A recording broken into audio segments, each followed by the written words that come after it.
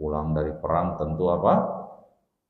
Ya bukan hanya sebatas letih capek tapi kotor berdebu gitu ya. Maka beliau pulang dan mandi di situ. Dan ketika itu beliau didatangi oleh malaikat Jibril alaihi salatu wassalam. Malaikat Jibril alaihi salam beliau berkata begini, "Qad wada'ta silah wallahi ma wada'nahu fakhruj ilaihim." Kata malaikat Jibril begini kepada Nabi sallallahu alaihi wasallam, "Qad wada'ta silah, kalian telah meletakkan senjata kalian." Beliau bertanya, "Kalian telah meletakkan senjata kalian?"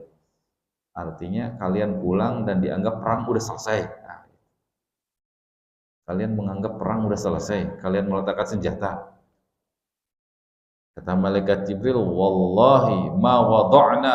Demi Allah, adapun kami belum meletakkan senjata. Kata siapa tuh? Malaikat Jibril.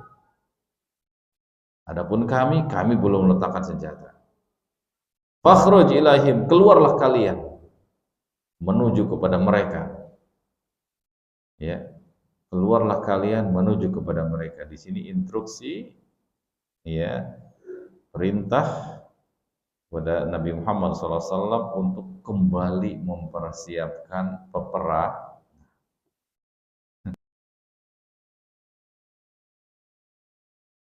Assalamualaikum warahmatullahi wabarakatuh. Innal hamdalillah nahmaduhu wa nasta'inuhu wa nastaghfiruhu wa natubu ilaihi wa na'udzu billahi min shururi anfusina wa sayyiati a'malina. Man yahdihillah fala mudilla lahu wa man yudlil fala hadiya lahu. Asyhadu an la ilaha illallah wahdahu la syarika lahu wa asyhadu anna Muhammadan 'abduhu wa rasuluhu la nabiyya ba'dah. Allahumma salli wa sallim wa barik wa an'im ala nabiyyina Muhammadin wa ala alihi wa sahbihi ajma'in. Ya ayyuhalladzina amanu taqullaha haqqa tuqatih wa la tamutunna illa wa antum muslimun. Ya ayyuhan nasu taqu rabbakum alladhi khalaqakum min nafsin wahidah wa khalaqa minha zawjaha wa batha minhuma rijalan katsiran wa nisaa'a wattaqullaha alladhi tasaaluna bihi wal arham innallaha kana 'alaykum raqiba. Ya ayyuhalladzina amanu taqullaha wa qulu qawlan sadida yuslih lakum a'malakum wa yaghfir lakum dhunubakum wa may yuti'illaha wa rasulahu faqad faza fawzan 'azima. Amma ba'du, fa inna asdaqal hadithi kitabullahi wa khairal huda huda nabiyyina Muhammadin sallallahu alaihi wa ala alihi wasallam. Syarrul umuri muhdatsatuha fa inna kulla muhdatsatin bid'atun wa kulla bid'atin dhalalatin wa kulla dhalalatin finnar. Wa ba'du, fal hadirun a'azakumullah, hadirin kaum muslimin jamaah salat maghrib Masjid Al-Mujahidin yang semoga senantiasa dimuliakan Allah Subhanahu wa taala. Alhamdulillah, segala puji serta syukur senantiasa kita panjatkan kehadirat Allah Tabaraka wa taala yang mana sampai dengan petang hari ini masih berkenan untuk melimpahkan, mencurahkan begitu banyak nikmat dan karunia kepada kita sekalian. Di antaranya nikmat taufik bisa menunaikan dan menjalankan salat maghrib berjamaah di masjid yang kita cintai ini, dan semoga Allah Rabbuna Azza wa Jalla berkenan untuk menerima amal salat maghrib kita, dan juga semoga Allah Rabbuna Azza wa Jalla berkenan untuk menjadikan hadirnya duduknya kita di majelis ini dicatat olehnya sebagai pemberat timbangan kebaikan bagi kita, sekaligus sebagai penggugur dan menghapus kesalahan serta dosa-dosa kita. Amin. Allahumma amin. Ikhwan fillah azakumullah, kita melanjutkan pembahasan dari kitab Sirah Nabawiyah, ya. Dan bahasan kita di petang hari ini adalah masuk di pembahasan yang baru terkait dengan peristiwa yang bernama Perang Bani Quraidah. Perang Bani Quraidah. Di pertemuan yang lalu kita sudah menuntaskan pembahasan terkait dengan sebuah peristiwa yang luar biasa besar dan begitu berat ya yang dihadapi oleh Rasulullah SAW dan para sahabatnya di perang apa pertemuan yang lalu? Betul, perang Khandaq atau perang Ahzab. Dan ini lanjutan dari perang yang kemarin, di mana di perang Khandaq kemarin atau di perang Ahzab kemarin sempat disinggung ada aksi yang sangat tercela dari siapa? Dari orang-orang Yahudi, tepatnya orang Bani Quraidah, yang mereka justru bukannya menjadi pembela, bukannya menjadi orang-orang yang mendukung Nabi SAW dan kaum muslimin gitu ya, karena mereka tinggal di Madinah, seharusnya mereka merasa satu perjuangan dengan Nabi SAW yang berusaha untuk mempertahankan Madinah. Justru yang terjadi mereka lah menjadi musuh dalam selimut. Mereka berkhianat kepada Rasulullah SAW. Nah inilah yang kemudian menjadikan pemicu terjadinya perang yang akan kita bahas ini, itu perang Bani Quraidah. Hadirin kaum muslimin yang semoga dimuliakan Allah Tabaraka wa Ta'ala. Selepas selesainya perang Khandaq atau perang Ahzab, lalu Nabi SAW dan para sahabatnya kembali mundur ke Madinah, ke kota. Ya, tepatnya pada waktu zuhur di waktu itu atau menjelang zuhur, ya. Di mana baginda Nabi SAW ketika itu sedang berada di rumah istri beliau Ummul Mukminin Ummu Salamah radhiyallahu anha wa ardhaha. Jadi Nabi SAW kala itu pulang dari perang Khandaq, ya, karena waktu itu adalah bagian dari hari di mana beliau harus jatahnya Ummu Salamah, maka beliau pulang ke rumah ibunda Ummu Salamah radhiyallahu anha wa ardhaha, dan beliau di sana mandi. Ya. Pulang dari perang tentu apa? Ya bukan hanya sebatas letih capek tapi kotor berdebu gitu. Maka beliau pulang dan mandi di situ. Dan ketika itu beliau didatangi oleh malaikat Jibril alaihi salatu wassalam. Malaikat Jibril alaihi salam beliau berkata begini, "Qad wada'ta silah wallahi ma wada'nahu fakhruj ilaihim." Kata malaikat Jibril begini kepada Nabi sallallahu alaihi wasallam, "Qad wada'ta silah, kalian telah meletakkan senjata kalian." Beliau bertanya, "Kalian telah meletakkan senjata kalian?" Artinya kalian pulang dan dianggap perang udah selesai. Nah, kalian menganggap perang udah selesai, kalian meletakkan senjata.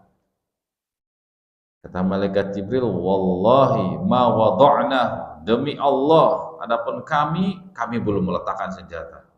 Kata siapa tuh? Malaikat Jibril. Adapun kami belum meletakkan senjata. Fakhruj ilaihim, keluarlah kalian menuju kepada mereka. Ya, keluarlah kalian menuju kepada mereka. Di sini instruksi, ya, perintah kepada Nabi Muhammad SAW untuk kembali mempersiapkan peperang. Baru selesai pulang. Ya, baru tarik nafas sampai ke rumah, mandi, langsung disuruh berangkat lagi. Ini wahyu yang Allah turunkan melalui perantaraan siapa? Malaikat Jibril alaihi salatu wassalam. Fakhruj ilaihim. Ya. Lalu ketika itu Rasulullah SAW bertanya, ya, ilahin, kemana kita keluarnya? Nyerang siapa sekarang? Qal hahuna wa asyara ila Bani Quraidah. Malaikat Jibril memberikan isyarat menunjuk ke perkampungan Bani Quraidah. Ke sana perangnya. Serangnya ke sana. Allahu Akbar. Ya. Menerima perintah itu Rasulullah SAW bergegas dan kemudian langsung mengeluarkan instruksinya kepada para sahabatnya ridwanullah alaihim ajma'in. Mereka juga sama, letih, capek, perang Khandaq kemarin berapa hari terjadinya Pak? Peperangan itu masih ingat? Berapa hari perang Khandaq kemarin? Kenapa Pak? Iya, 1 bulan tuh, hampir 1 bulan lamanya Pak. Hampir 1 bulan perang besar, ya. Sampai ada para sahabat yang lukanya parah. Nanti kita akan ketemu ada sahabat Sa'ad bin Mu'adz yang beliau luka luar biasa berat pasca dari perang Khandaq itu yang kemarin yang sudah disinggung. Ya, perang lama, baru sampai ke rumah suruh berangkat lagi. Allahu Akbar. Ya, kalau bukan kalau bukan keimanan yang kuat yang ada pada diri orang-orang yang mau bersamai Nabi Sallallahu Alaihi Wasallam, tentu tidak akan sanggup mereka untuk bersabar, ya. Ini mengindikasikan akan bagaimana kuatnya iman orang-orang yang mau bersamai Rasulullah Sallallahu Alaihi Wasallam. Ya, luar biasa.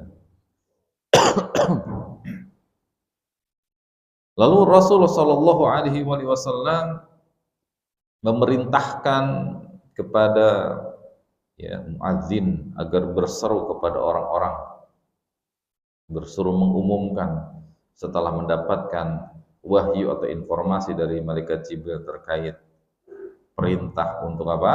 Perang berikutnya, lanjutkan, jangan simpan senjata dulu, langsung perang. Ya, Rasulullah SAW langsung memerintahkan kepada muadzin agar berseru kepada orang-orang, ya, kepada kaum muslimin khususnya, siapa yang tunduk dan patuh, ya, la yusalliyanna ahadun al-asra illa fi Bani Quraidah. Perintah ini diucapkan oleh baginda Nabi Sallallahu Alaihi Wasallam kepada para sahabat yang baru selesai sampai ke Madinah di waktu zuhur. Nabi bersabda, la yusalliyan ahadun al-asra illa fi Bani Quraidah. Berangkat kalian, jangan sampai salah seorang di antara kalian sholat asar kecuali kalian sudah berada di tempatnya Bani Quraidah. Jadi perintahnya bukan perintah mengindikasikan akan boleh ditunda barang sejenak, enggak, tapi instruksinya jelas, segera berangkat, bahkan dikasih batas waktu, jangan sampai sholat asar kecuali sudah sampai di sana. Waduh, luar biasa. Allahu Akbar. Ini terbuat dari apa ya hati mereka, sehingga mereka begitu kokoh dalam memegang keimanan, kekuatan sabarnya mereka. Allah, ya. Allah radhiyallahu anhum, Allah ridho kepada mereka, ya. Betapa mereka tidak mempedulikan keletihan, kecapean, bahkan luka yang ada pada diri mereka, bahkan mungkin sejenak hanya sebatas untuk melepaskan rindu dengan keluarga. Enggak ada tuh bahasa begitu, kamus begitu di dalam hidup mereka. Ketika diperintah, apa yang mereka ucapkan? Sami'na wa ata'na, kami dengar, kami patuh. Ya. Allah. Nabi langsung menginstruksikan dengan jelas, la yusalliyan ahadun al-asra illa fi Bani Quraidah. Janganlah ada satupun di antara kalian yang sholat asar kecuali sudah berada di Bani Quraidah. Maka para sahabat bergelombang, gitu ya, bergelombang berangkat seiring dengan instruksi dari baginda Nabi Sallallahu Alaihi Wasallam. Mereka bergelombang berjalan, ya, menuju ke perkampungan Bani Quraidah. Jadi ada beberapa gelombang pasukan menuju ke sana. Total ada 3.000 pasukan. Ya. Madinah kala itu diserahkan kepemimpinannya kepada Abdullah bin Ummi Maktum, Ibnu Ummi Maktum, yang sudah kita ulas di beberapa pertemuan yang lalu, ya. tentang betapa Islam itu memposisikan seseorang itu, meninggikan derajat seseorang itu karena ilmu dan keimanan. Ya. Karena ilmu dan keimanan ditinggikan derajat seseorang, bukan karena nasab, bukan karena darah dan keturunan, bukan karena status sosial kaya dan terhormatnya seseorang, bukan, tapi karena ilmu dan keimanan. Kalau dilihat dari zahirnya, Abdullah bin Ummi Maktum itu sahabat yang afwan, disabilitas ya. Beliau buta, sahabat yang buta. Ya, sahabat yang diberikan oleh Allah ujian, enggak pandangannya tidak bisa tunanetra, tidak bisa melihat. Namun dengan demikian Allah berikan kepada beliau keimanan dan ilmu sehingga beliau dipercaya untuk menjadi wakil Nabi ketika ditinggalkan Madinah.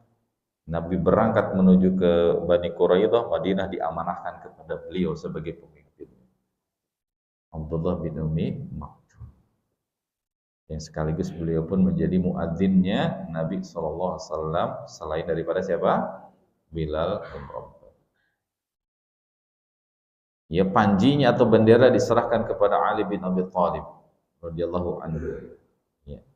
Dan beliau pun, yaitu Nabi SAW, memerintahkan kepada Ali bin Abi Thalib untuk berangkat gelombang pertama, lebih dahulu berangkat menuju ke mana?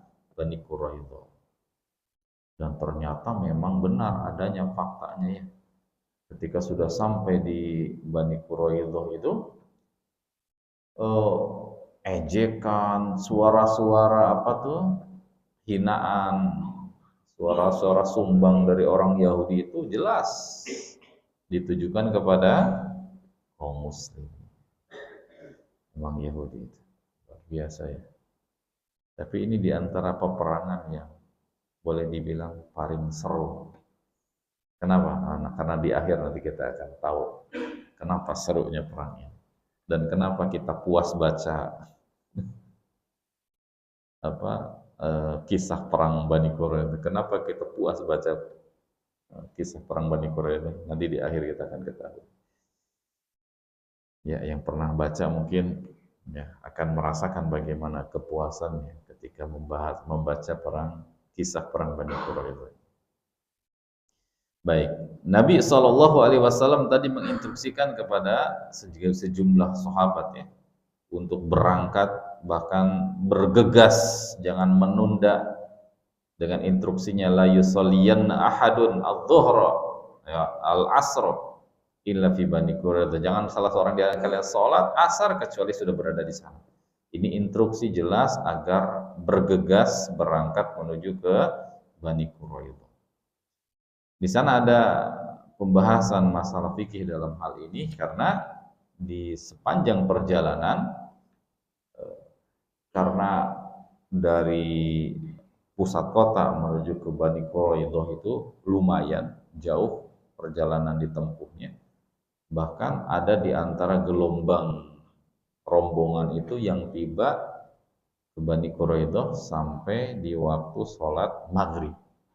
Bahkan ada yang lewat dari maghrib menuju ke isya. Nabi memerintahkan jangan sholat asar kecuali sudah di sana, sehingga ada di antara mereka yang berkesimpulan ditunda sholat asarnya ketika sudah sampai sana baru dikerjakan. Namun ada sebagian dari sahabat yang mengerjakan sholat asar di jalan karena mengingat waktu pelaksanaan sholat asar di sana dipahami oleh para sahabat larangan Nabi itu, perintah Nabi untuk jangan sholat asar kecuali di Bani Quraidah dipahami sebagai perintah untuk bersegera. Jadi bukan dipahami secara zahir maknanya jangan sholat asar kecuali di sana, bukan. Sehingga ada di antara para sahabat yang sholat asar di jalan, ya baru sampai ke sana, dan ada yang tidak sholat asar kecuali sudah sampai di sana, sesuai dengan zahir hadisnya ya, perintah Nabi. Kalau hal itu pun disampaikan informasi itu kepada Nabi SAW dan Nabi SAW tidak mencela salah satunya, Nabi menyetujui kedua perkara tersebut. Ya, artinya ini ada ijtihad di antara para sahabat dalam hal ini. Dan para sahabat tidak mencela satu dengan yang lain. Ya, yang mengerjakan sholat di jalan, yang mengerjakan sholat di tujuan, yang mengerjakan, tidak ada yang kemudian saling mencela di antara mereka karena perbedaan dalam memahami perintah Nabi SAW tersebut. Baik, ikhwan fillah, azakumullah. Kemudian ya, kaum muslimin bergerak menuju ke perkampungan Bani Quraidah sana. Mereka berkumpul dengan Nabi SAW yang jumlahnya tadi ada sekitar atau berjumlah sebanyak 3.000 orang. Penunggang kudanya ada 30 orang. Jadi kavalerinya ada 30 orang. Mereka mendekati benteng Bani Quraidah, ya, dan kemudian diputuskan untuk melakukan pengepungan, ya, dilakukan pengepungan. Dan itulah kita bisa melihat karakter dari Yahudi kembali terlihat. Bahwasannya Yahudi itu besar mulutnya, besar mulut. Terlebih ketika mereka merasa ada yang mendukung dan support pendukung mereka adalah dilihat orang-orang kuat. Contoh, ketika kemarin yang menjadi lawan dari kaum muslim itu adalah Ahzab, ya, koalisi besar Arab. Di sana ada Quraisy, ya, dan sekutunya, bala tentaranya, sehingga berjumlah luar biasa besar, ada 12.000 kemarin ini. Sehingga itu merasa didukung oleh jumlah besar, sehingga apa yang terjadi? Berlaku mulutnya besar nih, ya, menghina, mencaci, bahkan mengolok-olok siapa? Kaum muslimin. Namun faktanya sebetulnya ketika sudah dihadapi, sudah sudah face to face gitu ya, sudah head to head antara mereka dengan kaum muslimin, gentar. Di samping tentunya ini adalah merupakan salah satu dari mukjizat yang diberikan kepada Nabi SAW, di mana musuh itu diberikan rasa gentar kepada kaum muslimin, ya. Dan juga di sini ada peran diantaranya adalah terkait dengan bagaimana bantuan dari Allah Subhanahu wa taala melalui perantaraan malaikat Jibril dan bala tentara yang tadi di awal disebutkan. Di mana diantaranya perannya adalah menanamkan rasa takut. Allah turunkan bantuan kepada kaum muslimin dengan menanamkan rasa takut di dalam hati musuh-musuh Islam. Nah, di sini mulai itu terlihat mereka mulai ketakutan, kekhawatiran gitu ya. Ketika terjadi pengepungan itu ada upaya untuk negosiasi. Ada upaya untuk apa? Melakukan negosiasi. Walaupun keras kepalanya tetap terlihat.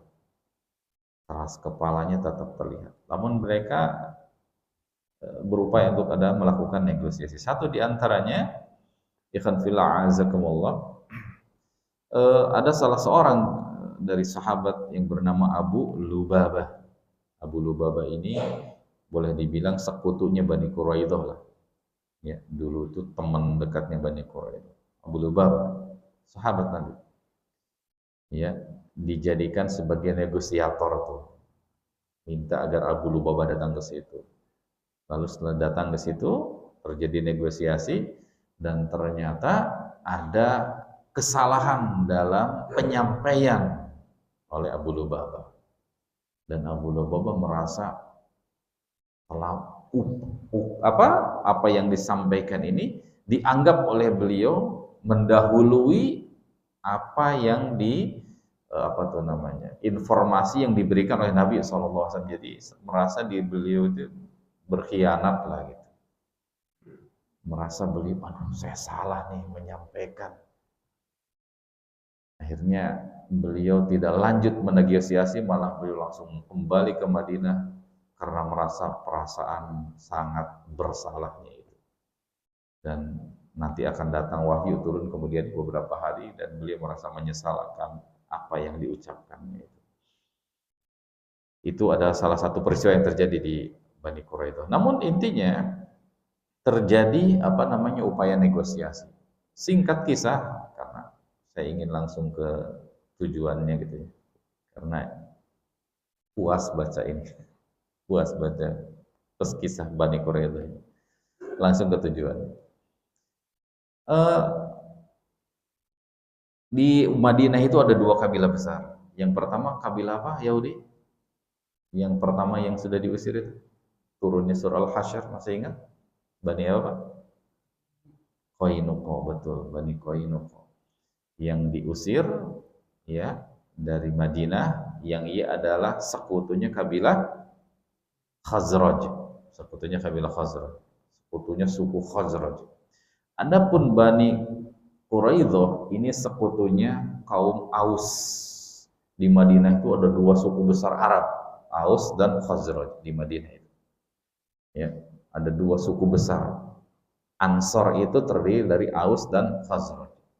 Suku kaum muslimin Ansor itu terdiri dari suku Aus dan Khazraj. Ini dua suku besar di Madinah. Nah, yang menjadi sekutu dari Bani Quraidah adalah suku Aus di Madinahnya itu, suku Aus. Nah, ketika dalam kondisi si Yahudi ini, Bani Quraidah ini sudah berada terdesaklah di ujung tanduk. Ini pemboikotannya ini, pengepungannya itu terjadi lama Pak, 25 hari. Jadi perangnya ini perang urat saraf gitu. Dikepungnya itu 25 hari. Mereka nggak bisa kemana-mana tuh. Nggak bisa keluar benteng. Dikepung selama 25 hari. Dalam kondisi panas di siang hari dan dinginnya di malam hari. Jadi di satu sisi sahabat diuji mental, iman, dan fisik ya. Baru pulang selesai perang yang lama, hampir 1 bulan di perang Khandaq, ditambah dengan perang ini hampir 1 bulan juga, 25 hari. Berada di pengepungan, ini berat sekali ya. Ini berat.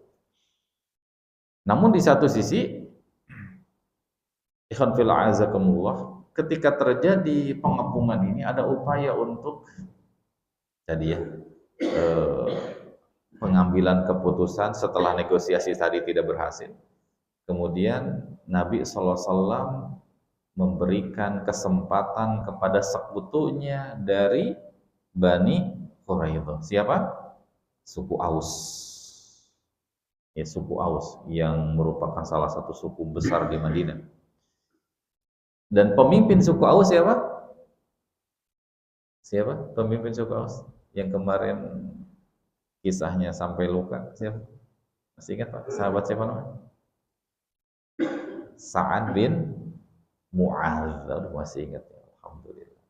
Sahabat Sa'ad bin Mu'adz yang kemarin di peristiwa perang Khandaq itu terluka tuh. Terluka. Ya, Sa'ad bin Mu'adz itu pemimpinnya suku Aus. Ada beberapa opsi yang awalnya ditawarkan. Ya. Diminta masuk Islam gitu ya. Kemudian ada di antara mereka yang sebelum terjadi vonis ini ada yang beberapa orang, nggak banyak yang masuk Islam ada. Namun sebagian besarnya ingin kekeh berada di atas agama Yahudi. Dan Nabi pun memerintahkan kepada atau memberikan kesempatan kepada Sa'ad bin Mu'adz untuk memberikan keputusan mau diapain nih. Bani Quraidah itu mau diapain? Sa'ad bin Mu'adz kala itu tidak hadir di perang ini karena sedang luka. Beliau pun diundang datang dari Madinah dan naik dalam kondisi naik keledai ya, dengan luka-luka di badan beliau. Dan Sa'ad bin Mu'adz pun ya, ini bukti sekali lagi antara berbicara namanya iman itu tidak pandang kepada faktor kedekatan gitu ya. Terkadang diuji keimanan seseorang itu untuk mengambil sebuah keputusan atas dasar apa Pak? Kasih sayang orang terdekat kan gitu. Terkadang hukum itu bisa menjadi bias gara-gara itu. Ya, hukum itu bisa menjadi bias gara-gara, oh dia itu orang dekat dengan saya nih, dia ini relasi saya nih, dia ini teman saya nih. Itu bisa bias hukum gara-gara itu. Ada unsur apa? Interest pribadi ya, personal. Hal itu tidak berlaku bagi seorang sahabat Sa'ad bin Mu'adz. Padahal ini apa tuh namanya? Koalisi ini.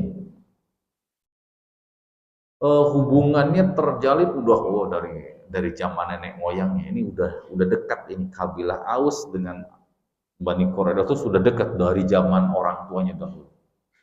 Bukan baru sehari dua hari, bukan, ini seolah persaudaraannya itu sudah dari zaman dahulu. Ya. Namun ketika ya yang dilanggar di sana syariat, maka keimananlah yang berbicara. Maka walaupun dekat antara Sa'ad bin Mu'adz dengan Bani Quraidah, namun ketika agama yang dilanggar, maka keimanan yang berbicara. Kata Sa'ad bin Mu'adz, apa keputusannya? Nabi menyerahkan kepada Sa'ad bin Mu'adz, harus diapakan nih Bani Quraidah?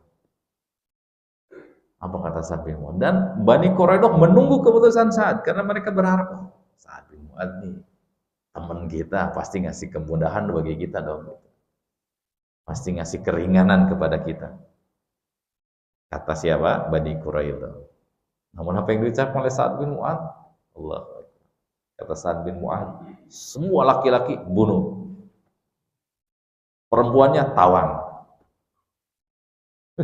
Allahu Akbar. Kata Sa'ad bin Mu'adz, semua laki-laki bunuh, perempuannya tawan. Jadikan dia budak hamba sahaya.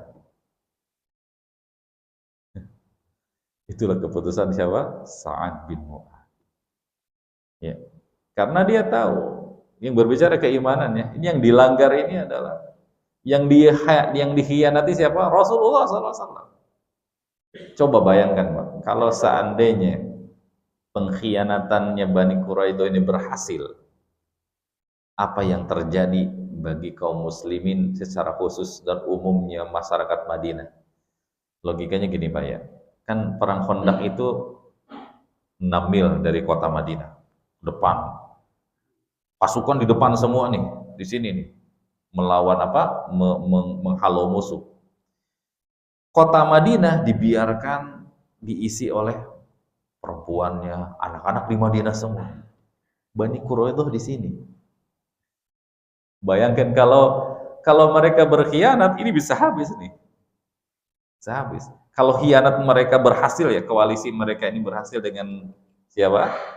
Dengan musyrikin Quraisy. Apa yang terjadi dengan kaum muslimah dan masyarakat Madinah? Jadi Yahudi itu emang dari dulu ya udah seperti itu, punya niat yang busuk ya. Sehingga Sa'ad bin Mu'adz memutuskan apa? Semua laki-laki bunuh. Sehingga ada perbedaan data sih memang ya. Ada beberapa ahli sejarah mengatakan 600, 700, 400 sekian jumlah penduduk Bani Quraidah yang dipenggal. Ya, semua yang berada di usia atas balik ya, yang sudah berkumis, semua dikumpulkan. Yang sudah berkumis indikatornya itu berkumis. Berarti dia sudah akil balik. Semua dikumpulkan di satu lubang, penggal. Ya, ini hukuman bagi siapa? Bani Quraidah, bagi orang Yahudi yang memang dari zaman ke zaman kerjaannya berkhianat dan melakukan hal yang apa tuh namanya punya maksud yang tujuan yang buruk, dan itulah keputusan syariat. Allah menurunkan ayat terkait dengan masalah ini. Hukuman bagi mereka. Mereka dari zaman ke zaman itu ya menerima hukuman seperti itu Pak, dari zaman ke zaman, karena pengkhianatan mereka. Dari zaman ke zaman mereka berkhianat. Ya. mengkhianati nabinya, ya, bahkan nabinya dibunuh, ya, dibunuhi oleh mereka ketika tidak sejalan dengan hawa nafsu mereka. Allah hukum mereka, Allah azab mereka, Allah binasakan mereka. Muncul lagi benih-benihnya, dan seperti yang terjadi sekarang, ya. Apa yang layak hukuman bagi mereka sekarang yang seperti ini, yang membunuhi saudara-saudara kita di Palestina? Apa hukuman yang layak bagi mereka kalau kaum salaf pendahulu kita Sa'ad bin Mu'adz dan para sahabat mengeksekusi mereka? Ya, dieksekusi itu. Semua laki-lakinya dieksekusi, tak tersisa. Ya, Bani Quraidah. Ya Allah, ya. Ya, dari zaman ke zaman seperti itu. Ya Allah, memang harus ada, ya, kaum muslimin yang tegar, yang kokoh, yang kuat, ya, sehingga bisa membalas mereka dengan seperti itu. Ya, ada perbedaan data, ya. Jadi Yahudi Bani Quraidah itu ada yang menyebutkan 600, menyebutkan 700, menyebutkan 400 sekian, 450 kan. Tapi intinya jumlahnya banyak. Yang mereka semua dieksekusi. Ya, dipenggal dan dikubur di pusat di pasar Madinah. Bukan di pinggir kota tapi di pasar Madinah. Buat galian di situ. Sebagai bentuk peringatan pengkhianat tuh begitu. Ya, ketika mengkhianati Allah dan Rasulnya. Ya begitulah. Ikhwan fillah azakumullah. Ini kisah Bani Quraidah. Dan ada yang kisah yang unik, yang menarik, di mana sekali lagi hubungan antara mereka dengan bangsa Arab itu sebetulnya kan sudah lama, ya, sehingga sudah ada yang seperti persaudaraan dan seterusnya. Ada di antara mereka yang sebetulnya awalnya diminta perlindungan lah. Ada sahabat yang memberikan perlindungan kepada seseorang yang dianggap itu adalah temannya, bahkan mungkin merasa saudara gitu. Di antaranya adalah seorang Yahudi, ya, yang ia merasa punya hubungan erat dengan kaum muslimin, bernama Zabir namanya. Dia punya hubungan erat dengan Thabit radhiyallahu anhu, di mana sahabat Thabit ini berupaya untuk, ya, bisa melindungi, menjaga nih sahabat, jangan dibunuh. Dan ternyata justru malah Zabir mengatakan, pertemukan saya dengan keluarga saya. Artinya apa? Saya ingin kumpul dengan mereka atau sama-sama dibunuh. Sehingga mereka akhirnya semua kumpul di situ. Adapun yang masuk Islam di antara mereka ada beberapa orang sebelum vonis ini, ya. Dan bagus keislamannya sampai dengan mereka meninggal, bagus keislaman. Ya, dan di sana juga ada kisah di mana ada Ummul Mukminin yang diambil di antaranya adalah siapa? Ibunda Raihanah, ya. Raihanah yang masuk Islam kemudian di di tahun ke-6 Hijriah, ya, yang dinikahi oleh Nabi SAW, dan beliau wafat ketika pulang melaksanakan haji wada. Ini dari keluarga besarnya Bani Quraidah. Ikhwan fillah azakumullah, dan peperangan ini terjadi di bulan Dzulqa'dah di tahun ke-5 Hijriah. Jadi masih satu tahun yang sama dengan peperangan kemarin, ya, peperangan Ahzab. Dan pengepungan terjadi selama 25 hari. Ya, itulah yang disebut dengan perang Bani Quraidah. Kisah yang happy ending, ya. Dimana ya kalau kita bicara sekarang memang akan sangat timpang, sangat jauh, ya. Dimana kalau kita baca sirah ini, betapa kuatnya posisi kaum muslimin di kala itu, walaupun jumlahnya nggak banyak, jumlahnya nggak banyak, ya, karena Madinah itu kan tidak semuanya muslim, ada musyriknya dan seterusnya. Termasuk ada Yahudinya di sini. Namun betapa kuatnya keputusan mereka sampai bisa melakukan tindakan seperti itu, eksekusi satu kabilah. Betapa kuatnya posisi kaum muslimin, padahal jumlahnya sedikit. Berbeda jauh dengan zaman sekarang.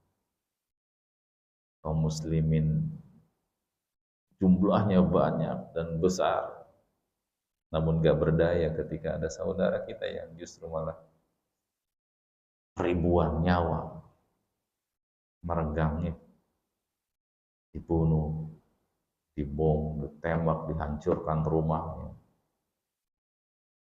diperkosa yang perempuan, ya Allah. Sangat timpang kondisinya dengan sekarang.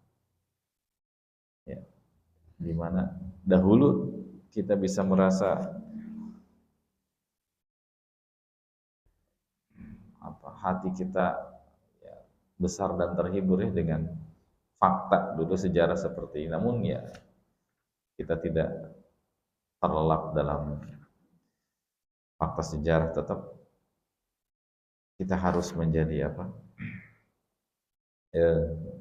motivasi bagi kita. Ternyata jumlah itu tidak menentukan dalam sebuah kancah perpolitikan atau peperangan, karena faktor yang sangat menentukan itu apa? Nasrullah, pertolongan Allah. Ketika pertolongan Allah bersama menyertai, maka pasti di sana ada kemenangan walaupun jumlahnya sedikit. Ya, walaupun jumlahnya sedikit. Jumlah pasukan itu nggak banyak. Nabi dan para sahabat itu jumlahnya nggak banyak. Namun mereka bisa seperti itu. Adapun jumlah sekarang yang miliaran, bagaikan buih ya, bagaikan buih ada di tengah lautan yang nggak berdaya, ya Allah. Nah, sangat timpang dan menyedihkan ketika membaca ini dan melihat fakta sekarang. Sangat sakit, sangat sakit. Membaca fakta ini, membaca sejarah dan melihat fakta sekarang sangat menyakitkan. Sangat menyakitkan. Seolah kita tidak bisa berbuat banyak, hanya melihat dan menyaksikan tayangan berita ya. Kampung saudara kita hancur, lebur, rumah mereka tinggal puing dan debu, anak-anak meregang nyawa. Ya Allah, semoga menjaga kita, semoga memberikan perlindungan dan pertolongan untuk saudara-saudara kita yang Palestina. Amin. Ya itulah ikhwan fillah azakumullah. Ya. Ya, sampai di sini dulu Pak tentang perang Bani Quraidah. Selanjutnya nanti kita bahas masuk ke pasca dari perang Bani Quraidah. Di sana ada ya banyak peristiwa-peristiwa yang banyak ibrah di sana yang bisa kita ambil ya di pasca perang Bani Quraidah. Insya Allah berlanjut dan insya Allah bermanfaat. Sampai di sini ada yang mau ditanyakan, silakan. Silakan, ada pertanyaan. Masih ada waktu panjang, berapa menit lagi Pak? 5 menit, 10 menit. Itu lebih cepat jamnya Pak ya? Atau gimana? Oh, masih ada 5 menit. Silakan Pak, pertanyaan. Nggak ada? Kalau nggak pertanyaan, alhamdulillah. Ya, serunya dibaca Pak. Silakan dibaca betul. Tidak ada? Cukup? Alhamdulillah. Kalau tidak ada pertanyaan.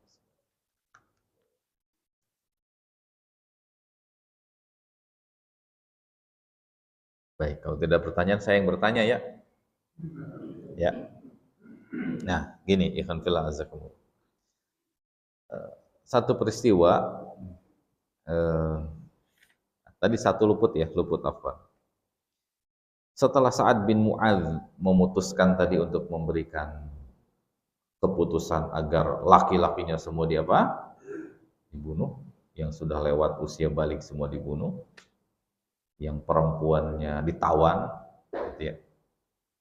Dan setelah perang Bani Quraidah ini selesai, Sa'ad bin Mu'adz dengan lukanya itu, ya Allah, beliau kembali dibawa ke Madinah dan kemudian dibuatkan tenda, ya, dibuatkan kemah oleh beliau, oleh Nabi SAW di Masjid Nabi SAW. Dan lukanya itu semakin parah, luka dari perang yang kemarin semakin parah. Dan yang terjadi, beliau mengalami kalau zaman sekarang itu pendarahan parah ya. Jadi lukanya itu mengalirkan darah dan parah lah, sehingga tidak lama setelah perang Bani Quraidah ini sahabat Sa'ad bin Mu'adz ini meninggal dunia. Meninggal dunia. Dan disebutkan dalam Sahih Bukhari dan juga Sahih Muslim, ketika meninggalnya Sa'ad bin Mu'adz ini, sahabat yang begitu sangat kokoh keimanannya, disebutkan sampai arsy-nya Allah itu berguncang.